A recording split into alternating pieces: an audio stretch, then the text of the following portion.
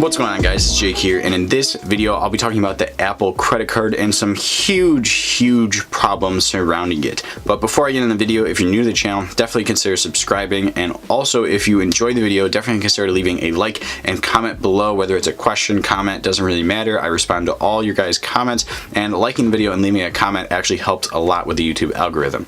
But anyways, getting right into it. So like I said, the Apple credit card. So there's definitely some big problems with it. Not that it's a terrible credit card or anything like that, but there definitely are some big inherent problems with it. And I think the biggest problem has nothing to do with like the rewards or the interest rate or anything like that. But the biggest, most single, I guess, problem that I could see is the fact that people are literally going to be buying this credit card for clout and to flex on people that they have an Apple credit card. Now, I know this might sound a little bit silly at first, but once I get into the explanation, I think it'll make a little bit more sense on why this is a problem. So when you look at other Apple products out there, like the AirPods and just iPhones, you know, iPads, MacBooks, whatever, when you look at a product like the AirPod, there was literally a meme that people were buying AirPods specifically just to flex on people and to kind of bring up their clout. And, you know, I'm a huge clout chaser and everything, don't get me wrong, but you know, I think it's okay when, or not okay, but not terribly wrong or a huge problem when people buy AirPods for 150 bucks, you know, whatever, they're wasting some money on some headphones, or maybe they really like them, I don't know, I don't really care, doesn't really matter, they're just headphones. When you look at something like the Apple credit card, so people are going to be signing up and applying to get this credit card just for clout and just to flex, then that, I think, can lead to some really big problems down the road. So I'm not necessarily against getting a credit card or anything like that. I'm not going to go all Dave Ramsey up in here or anything, but I think credit cards can become a problem if you don't know how to use them correctly, and also if you're literally just getting them to just flex. Like, it doesn't make any sense to get a credit card just to flex. And when I'll talk about some of the rewards and things like that later on in the video and some of the other parts of this credit card, it kind of doesn't really make a whole lot of sense to get this credit card unless you're a very specific person. But anyways, some other things about this credit card really quickly. Like I said before, I don't think it's a bad thing, but I also do recognize that credit cards can lead to massive amounts of debt. So of course, I'm not suggesting that every single person out there goes and gets a credit card. My rule of thumb with them in general is just simply, if I'm using any sort of money on my credit card, I should have the money in my checking account to immediately pay that off. I mean, I have a Capital One credit card that I use for like when I go out to restaurants and stuff. I have a Discover card for miles, and I also have an Amazon Prime credit card because literally everything I ever buy is off of Amazon, so it is nice to get some reward points with that. And I've never once in my entire life gone into credit card debt, and I have been using credit cards for years now, so I don't think it's impossible not to go in debt, but I do recognize that people can get into some serious debt with them either way. Like I was saying, the number one and biggest problem with these credit cards is the clout, and I think that's just going to be simply because you shouldn't be buying a credit card to flex on people. I think the other bad part about this credit card, and one thing that's just a very clear con of it, is that the reward system and the rewards that they give you aren't very good.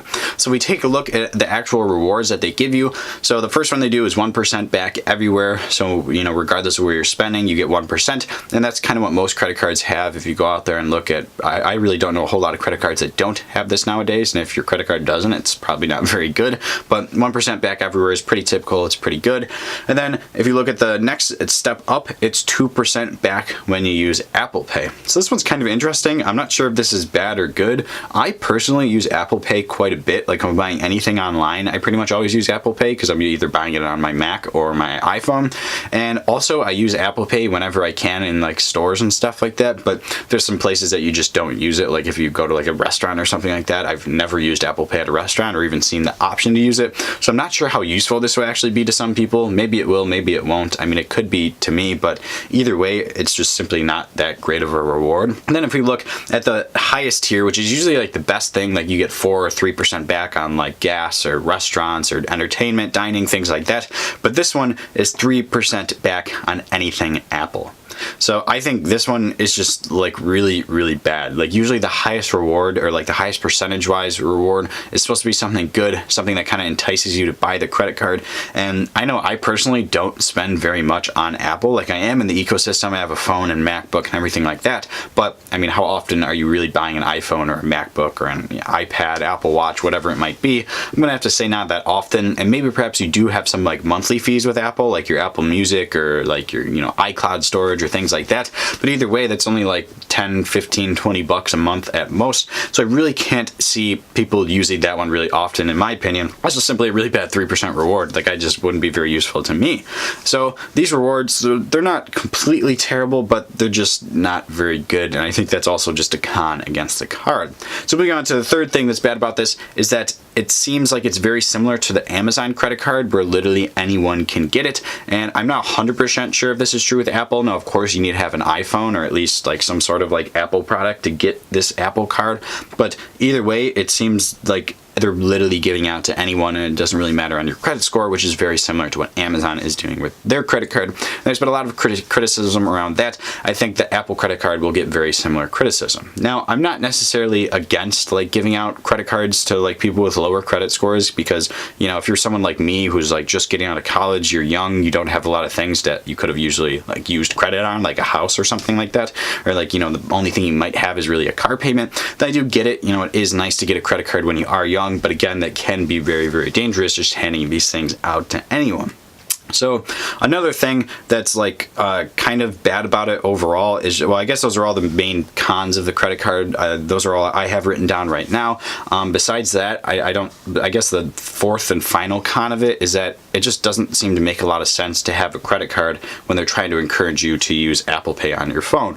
Like, they're sending you this nice flashy card to flex with, but the card itself doesn't seem to have very much use, because I would probably never use it. I'd probably only use it when I'm using Apple Pay, so I wouldn't need to take out the actual card. I would just use my phone. It just seems kind of counterintuitive there. It seems like I was saying earlier, literally the only reason they're giving you this physical card is because it looks cool and people are going to flex with it. That's it. Like, I really wouldn't see anyone actually taking the card out of their wallet, using it when they could just use their iPhone, Apple Watch, whatever. But anyways, all the bad's out of the way. Moving on to some of the good things that I think is actually pretty decent. The first thing is that it's really easy. It seems like it's really easy to use, and I personally love using Apple Pay. I really use it whenever I can, at any places that I can. But of course, like I was saying before, maybe perhaps you don't use it that much, and honestly, not a lot of places use it, but I feel like if you're going like grocery shopping or just like convenience store or gas, places like that, most of the time I see places like that allow you to use Apple Pay, and I use it anytime that I am able to.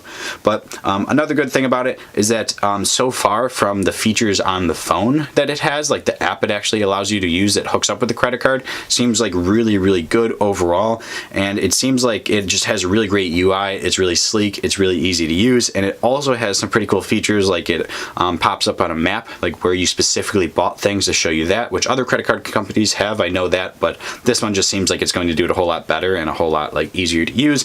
And it also just overall just had some like really great features, like it categorizes your purchases into like entertainment or travel, things like that. And then it also has daily cash. So some credit cards, when they're giving you your rewards, which again, Apple's aren't that great, but a lot of times when credit cards are giving you your rewards, they like wait till the end of the month, or wait, you know, a couple of weeks or something like that. But they said the rewards are going to be given to you the next day in daily cash, as they were calling it.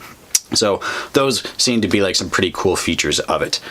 Third thing that I think is really nice about it is that there's no fees at all, and they like made that very clear, which is always a nice thing to have with credit card. I personally still think, unless you're like way up that credit card chain, like I don't think it's a good idea to be getting credit cards, especially like lower tier ones like this, that have fees associated with them, because it's probably pretty likely that you're not going to be using it enough, especially one like this, to be getting charged a fee.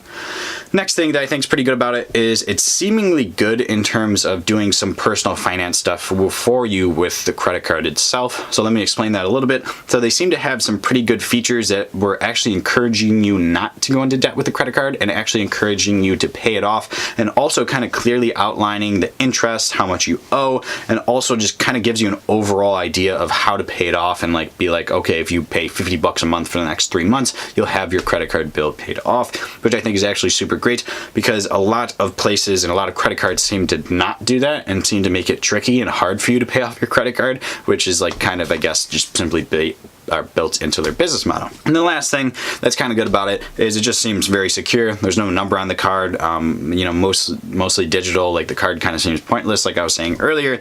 And it, like I said, you know, it's more of a flex than anything, but it just seems very secure. It just seemed like you're not going to, even if you lose your credit card, like people can't really use it too much. It seemed really easy and really secure. Privacy was kind of like overall really good with that. So overall, talking about the Apple credit card, it could be just sort of a flex symbol to get more people into debt like credit cards have done in the past. And you know, overall, when I kind of looked at it first, I sort of thought that's what it was going to be. It was just going to be a credit card that people are flexing with. It's going to be a bad thing. It's going to allow a lot of younger, naive people to get into debt very, very quickly. But also at the same time, when I was looking at it and kind of doing more research about it and stuff like that, some of the features are actually pretty good and could honestly help people a lot not get into debt.